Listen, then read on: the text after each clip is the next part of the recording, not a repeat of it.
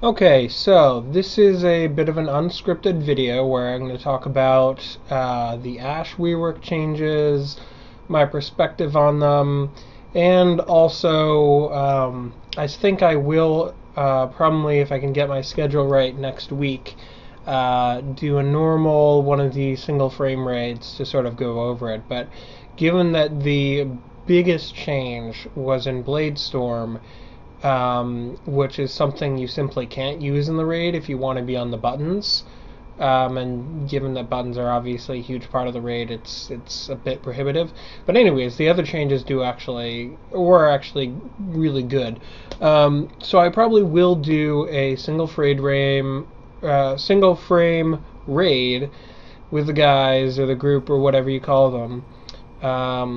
Next week if I can get my schedule right, but I don't see it as impacting us too terribly because Bladestorm is already something. It isn't well, actually, I mean, yeah, I guess we could queue it up. We'll have to see. I probably should just straight up do that. But anyways, this is basically perspective on my thoughts as I guess at this point I could probably call myself an Ash main in regards to how he plays now. Let's actually look. Profile, most used. Yeah, right there.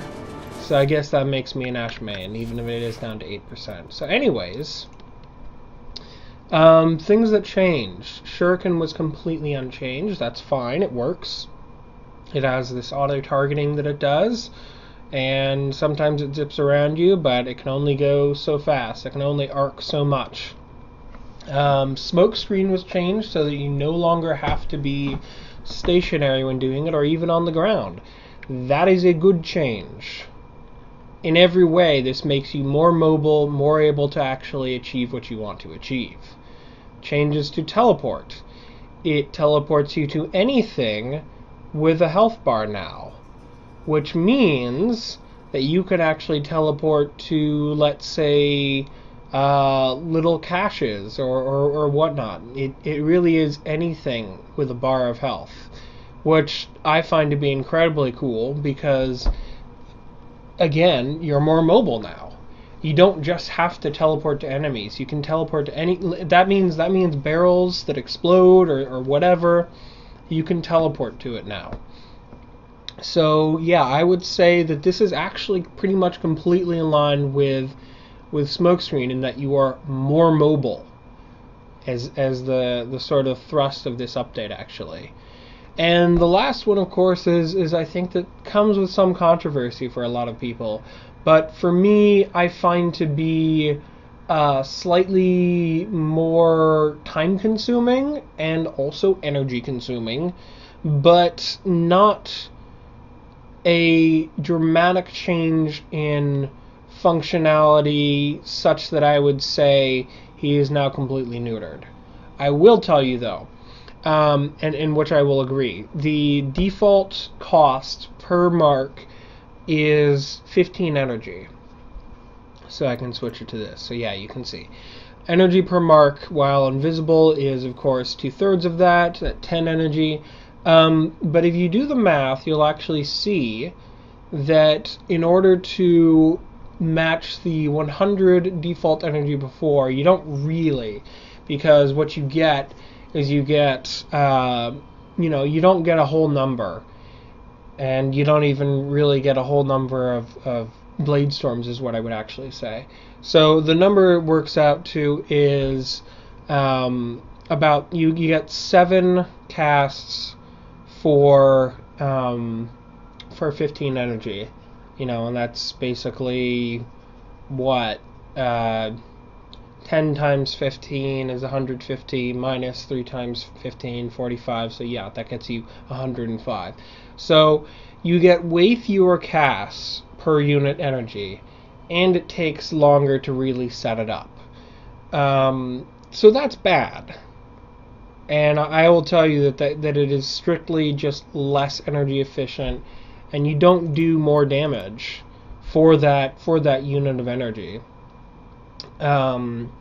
So in some ways it's good in that the change is good in that you aren't stuck doing a bajillion blade storms on enemies that are resistant to them, namely ancient disruptors. They're the guys that have that purple fluctuating aura that looks like they're magnetized the whole time. They reduce damage from warframes. So if you are able to, then you can stop yourself from, basically attacking that guy more than 3 times. In fact, that is the limit. You're not as restricted in that way, which I think is a huge boon for usability against Infested. But again, at the same time, you still have that higher energy per mark. Like I said, my build, I've actually found to still be incredibly viable, simply because I optimize for efficiency. And I know that because Bladestorm is affected, and still is, affected by the combo multiplier, what happens is that this power strength, which is rather paltry at only 100 plus 30%, still works incredibly well even at high levels. In addition, because guess what? Bladestorm is also finisher damage, meaning that it's not affected by armor scaling, it's not affected by the scaling of a corpus's shields or whatever. It breaks through all that. So the only sort of diminishing returns you might get from the set damage is that the enemy's health increases. But, like I said, because Ash's Bladestorm is still affected by the combo multiplier, and also this actually is huge. Let me tell you, I'm glad I kept the default V polarity, or Materai, I guess, because this is before scaling. Because, like I said, it's affected by the combo multiplier. So as long as you aren't silly like me and actually use a fully ranked body count or the new Nightmare mod, which I don't have, then you're going to scale even with this low power strength. Vitality is there simply because I like surviving, and I can't always be stealth, so I can't guarantee that I'll be able to avoid all the damage by just having 450 health or whatever.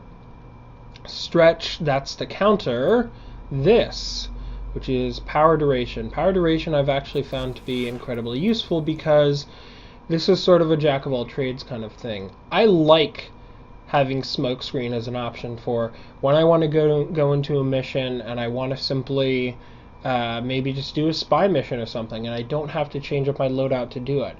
I like that. It works for me. By default, it's it's just 8 seconds, and it's nothing like the 12 seconds that Loki has, but it's still usable. So I like to have that. And so yeah, narrow-minded, stretch, adding this so that it counters the narrow-minded mostly. 2 mods to counter 1 narrow-minded, but hey, I also have prime continuity.